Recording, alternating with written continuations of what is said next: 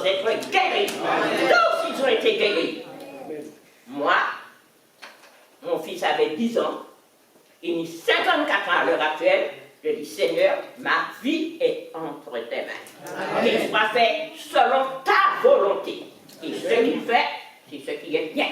Que Dieu soit loué. Seigneur, je te glorifie. En bon Dieu, on s'en bat qu'un main, on va s'aiguiller. Amen. Dieu soit loué. Le Seigneur est bon. Ouais. Le Seigneur est bon, n'est-ce pas? Amen. Dieu soit loué. Notez bien une chose, Dieu fait de vous des témoins. Amen. Sommes-nous prêts à témoigner? Sommes-nous prêts à recevoir pour donner? Quand je dis recevoir pour donner, je vais demander qu'on puisse aller à ce schéma, à cette déclaration pour moi. Christ enseigne à Moïse le plan du salut. Christ enseigne à Moïse le plan du salut. Qu'a-t-il dit?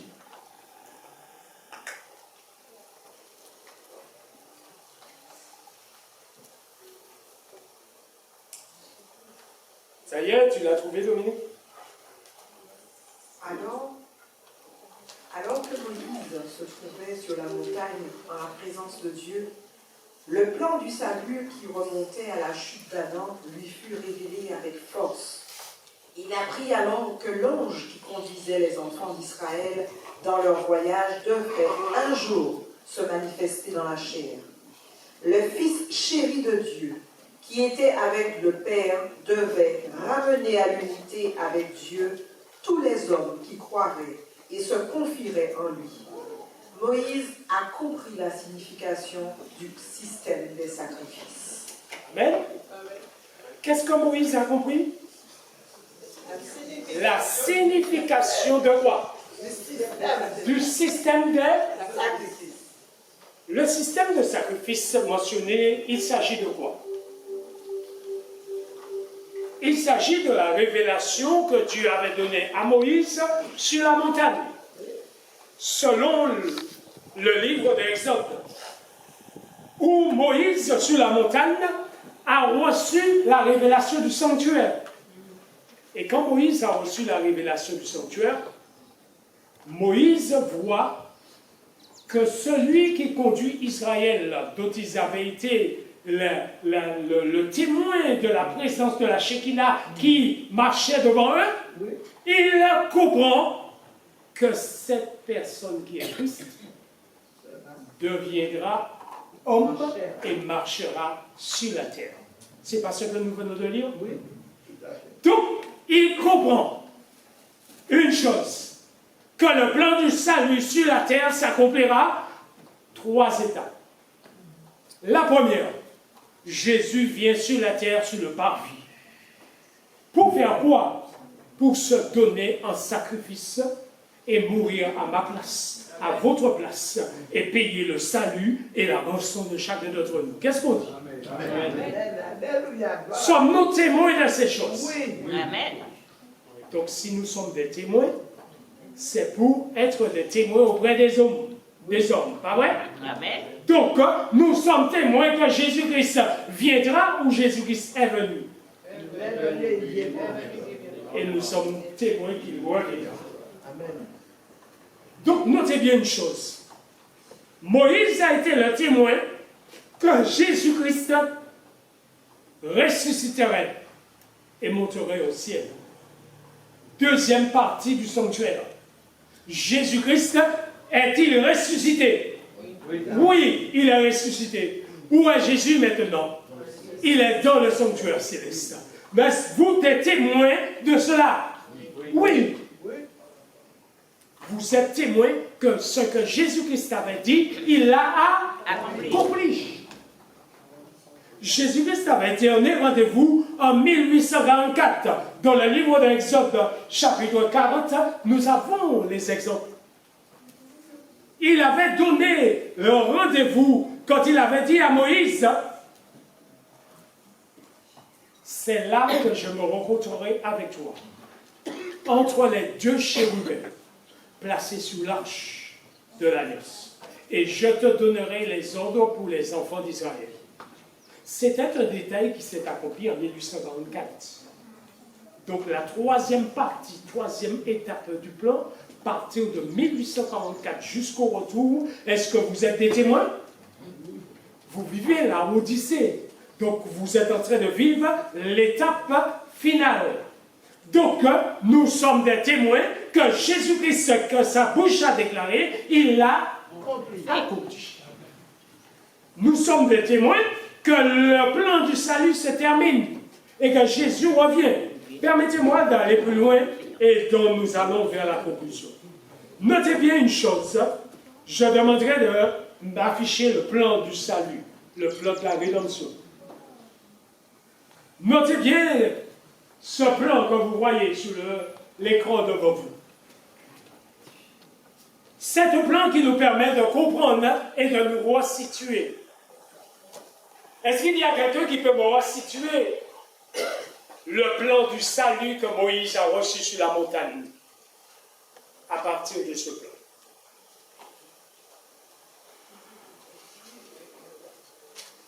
Ça, c'est un plan. Ça, c'est un plan qui révèle le plan de la rédemption.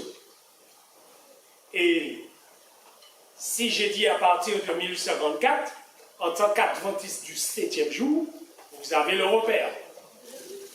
Donc, ce qui veut dire, sur l'écran, vous pouvez me resituer que ça s'accomplit à partir de quoi?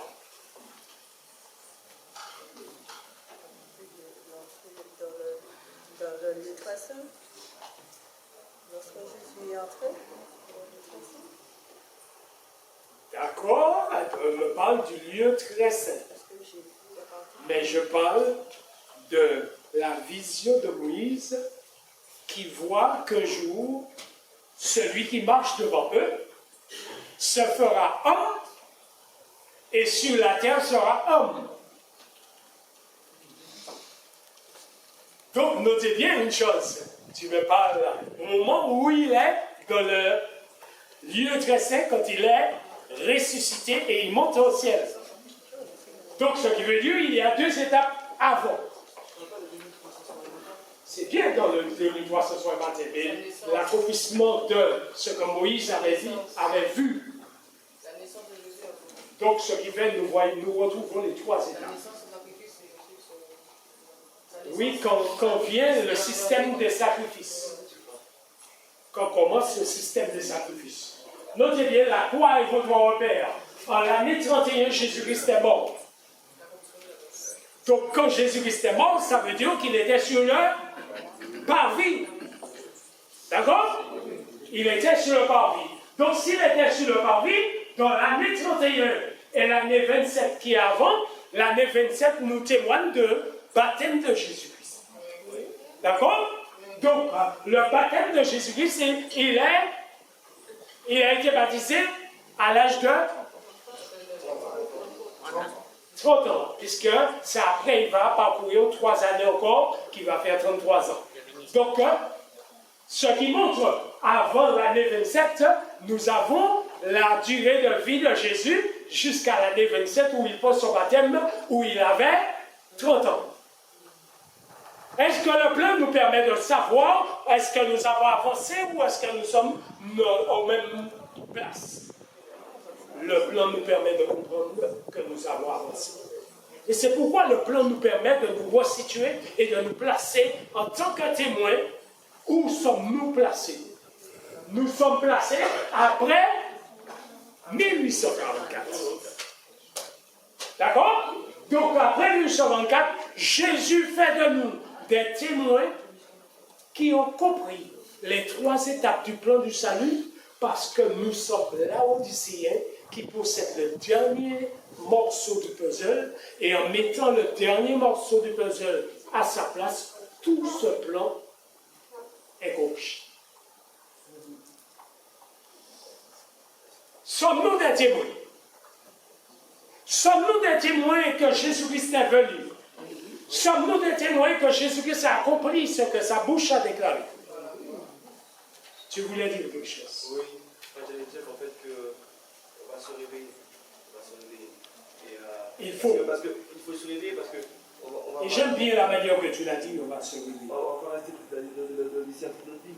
On est pour qu'on se réveille, Ézéchiel 37 nous révèle. Tout à fait. J'aurais bien aimé que tu me dises ça, parce que nous l'oublions. Il va nous transmettre ce qu'il a dit parce que nous n'avons Parce pas qu'il y a des entendu. personnes qui n'ont pas entendu. Et je souhaite que, non seulement eux, mais les gens qui nous suivent sur les médias, le couvrent aussi. Oui, je disais qu'on va se réveiller. On va se réveiller et qu'il ne faut pas, en fait, on ne va pas rester là-haut-ci toute notre vie. Il faut bien qu'un jour on se réveille, et c'est marqué aussi dans le livre d'Ézéchiel 37. Amen. Donc, frères et sœurs, Dieu a fait de nous des témoins que son plan donné est sur la fin.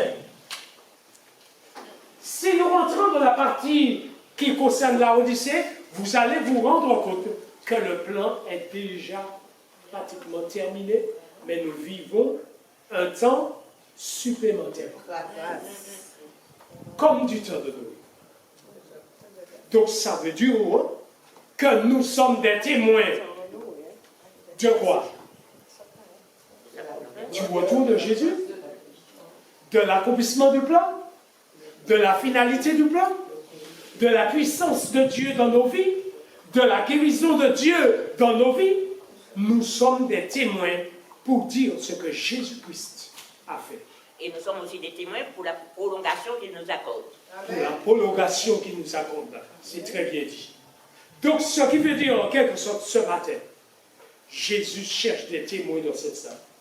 Je suis persuadé qu'il a trouvé, parce que le frère l'a dit, avec des mots qui confirment que c'est déjà fait. Ce qui veut dire en quelque sorte, jusqu'à quand allons-nous nous réveiller alors que le temps devant nous dit que tout est terminé? Jusqu'à quand allons-nous sortir du sommeil de la mort alors que nous devons être brûlants pour Jésus-Christ parce que le temps est terminé? Attendons-nous que les choses éclatent pour ne plus avoir les possibilités que nous avons aujourd'hui, ou attendons-nous que la porte se ferme et que nous soyons dehors de la porte en tant que témoins? Qu'avez-vous témoigné? Nous devons être des témoins. Parce que Jésus-Christ a fait de nous des témoins. Qu'on témoigne ou pas, nous sommes témoins. Témoins que ce qu'il avait dit est accompli. Amen. Témoins de ce qu'il avait dit approche, il revient. Témoin de ce qu'il avait dit, l'Esprit de Dieu se retire peu à peu de la terre et vous le constatez quand vous voyez la violence augmenter. Quand la violence augmente, ça veut dire, s'augmente du moins, ça veut dire que l'Esprit de Dieu se retire. Quand la violence augmente, ceci voudrait dire, si nous nous resituons sur le plan, que nous sommes dans le temps de la fin où Jacques nous dit qu'on ramassera des richesses. Et vous avez constaté que tout a augmenté. Pourquoi tout a augmenté? Jacques chapitre 5 nous dit pourquoi. Il nous dit pourquoi parce que c'est lui qui nous permet, c'est ce chapitre qui nous permet de savoir en quel temps que nous sommes là aujourd'hui. Le chapitre de Luc, de Matthieu 24 également, nous fait savoir en quel temps que nous sommes. Donc, qu'attendons-nous pour nous réveiller? Sommes-nous réveillés en tant que témoins pour dire ce que Dieu a fait non seulement pour nous, mais ce qu'il a fait dans le plan de la rédemption, qui s'est accompli et que Jésus revient très bientôt. Regarde ton voisin et dis-lui ce matin, j'ai décidé de témoigner pour Jésus. Si c'est ton cas, tourne-toi vers ton voisin et dis-lui, j'ai décidé de témoigner pour Jésus.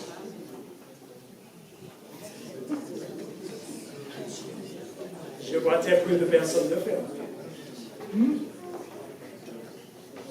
Mais j'entends la voix de vous. C'est parce que vous ne vous êtes pas déplacé, puisque le voisin est à côté de vous. D'accord? Ceci montre en quelque sorte Nous n'avons pas besoin de faire des kilomètres pour témoigner. Le voisin se trouve à côté de vous. Amen. Amen. Donc Jésus a fait que vous soyez des témoins là où vous habitez. Est-ce que Dieu est bon? En tout temps. Est-ce que Dieu est bon? En tout temps. Amen. C'est pour cela. Et dans sa bonté, il a permis que je sois ici ce matin. Amen. Mon épouse m'avait dit, il est déjà tard, on ne va pas, c'est loin.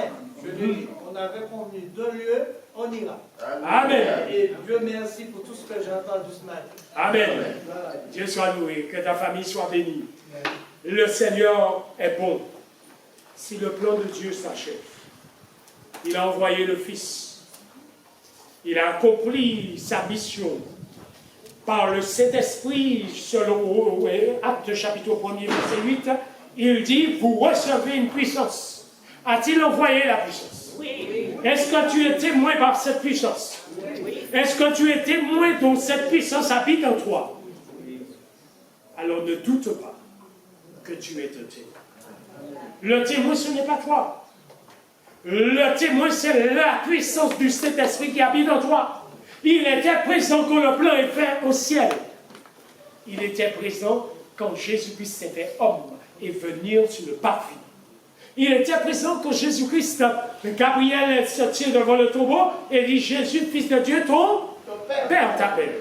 Et il t'invite de te tenir devant le tombeau des hommes morts de ce monde et leur dire, ton Père t'appelle. Sors de l'état où tu es. Jésus-Christ revient. Jésus fait de toi un témoin. Il t'a donné la puissance. Il a pourvu à la puissance. Il te l'a donné. Et maintenant, il s'attend. Pas que tu évangélises 10 villes. Mais tu peux le faire quand même. Mais pour que tu sois des témoins de ceux qui sont à côté de toi. Et premièrement, ta famille, tes proches, ton voisin et tous ceux qui sont autour de toi. Qu'as-tu répondu à Jésus? Si tu as répondu oui à Jésus, je t'inviterai à te tenir debout pour que Jésus scelle ta décision. Si tu as répondu oui à Jésus, sache que c'est lui-même qui se tenait dans la salle d'opération, qui s'est approché de Marilyn et qui a dit « Ne crains pas ».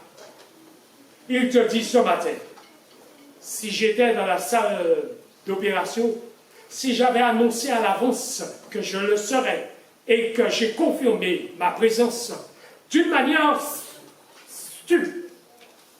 comment je vais dire ça, le mot m'échappe, mes lèvres sont balbutantes, d'une manière où l'homme n'aurait pas imaginé, à un tel point que Marilyn demande cet homme en bleu, c'était qui?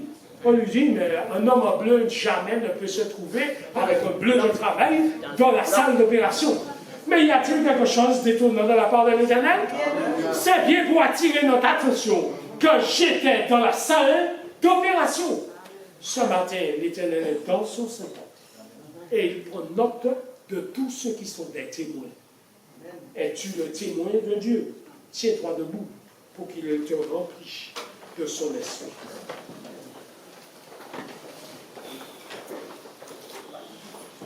Et prions ensemble. Notre Père Céleste, nous sommes témoins de ce que ta bouche a déclaré. S'accomplit et nous sommes des témoins oculaires de ce que tu as fait dans la salle d'opération.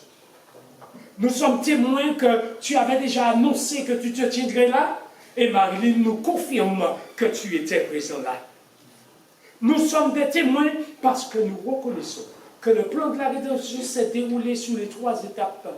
Le Père, le Fils et le Saint-Esprit ont accompli leur part. Et nous sommes dans la fin des temps parce que nous sommes le peuple qui traverse la période de la Odyssée. Nous avons compris l'ensemble du plan parce que nous détenons le dernier morceau de puzzle qui nous permet de comprendre tout le schéma et le plan parce que nous détenons le dernier morceau. Mais non seulement nous détenons le dernier morceau, mais le Saint-Esprit est témoin de ces choses que tu as données parce que c'est toi qui l'as compris et c'est toi qui le révèles toi-même. Éternel Dieu, qui d'autre est comme toi? Qui d'autre est tout puissant comme toi? Qui d'autre est digne comme toi? Il n'y a personne comme toi. Ce matin, tu as dit, si deux d'entre vous s'accordent sur la terre pour demander quelque chose en mon nom, tu as dit, je le ferai. Tu as dit, personne ne donnera un scorpion à son enfant s'il lui demande du pain. À combien plus forte raison déclare ta parole que tu donneras le Saint-Esprit à ceux qui te le demandent. Ce matin, que tous ceux qui se sont levés comme témoins de ta puissance puissent recevoir selon ta parole la puissance du Saint-Esprit qui est le seul témoin. Celui qui était dans le ciel quand tu as fait le plan. Celui qui était en Jésus-Christ quand il dirigeait Jésus-Christ dans l'accomplissement sur le parvis. Celui qui est dans l'Église parce que Jésus, en montant au ciel, a répandu sur l'Église son esprit. Et il dirige son Église parce qu'il détient de sa main l'étoile des Églises dans ses mains qui sont les dirigeants de l'œuvre. Papa, ce matin, tu as fait de cette Église un témoin parce que tu l'as placé après 1844 pour témoigner de ces trois démarches, de ces trois messages. Après cela, je vis ces trois anges que William va parler. Ces trois anges qui représentent ces trois marches qui nous emmènent dans le sanctuaire céleste. Éternel Dieu, que ta présence, ta puissance se manifeste dans la vie de chacun et fais de chacun, selon la foi de chacun, des témoins de ta grâce, des témoins de ta puissance, des témoins de ta bonté, des témoins de ta miséricorde. Nous avons besoin ce matin que tu nous pardonnes nos imperfections, que tu nous pardonnes nos négligences, que tu nous pardonnes nos péchés, et reçois-nous au travers les mérites de Jésus-Christ, et remplis-nous de ton Saint-Esprit, et fais de nous des témoins selon ta parole, au nom puissant de Jésus-Christ, et que toute la gloire te revienne, et que l'Église dise Amen. Amen. Amen. Soyez bénis dans le nom de Jésus. Soyez des témoins comme Jésus l'a dit, et que le Seigneur Jésus continue à fortifier votre foi, et que vous continuez à témoigner que Jésus-Christ est bon. Amen. Amen. Bon sabbat.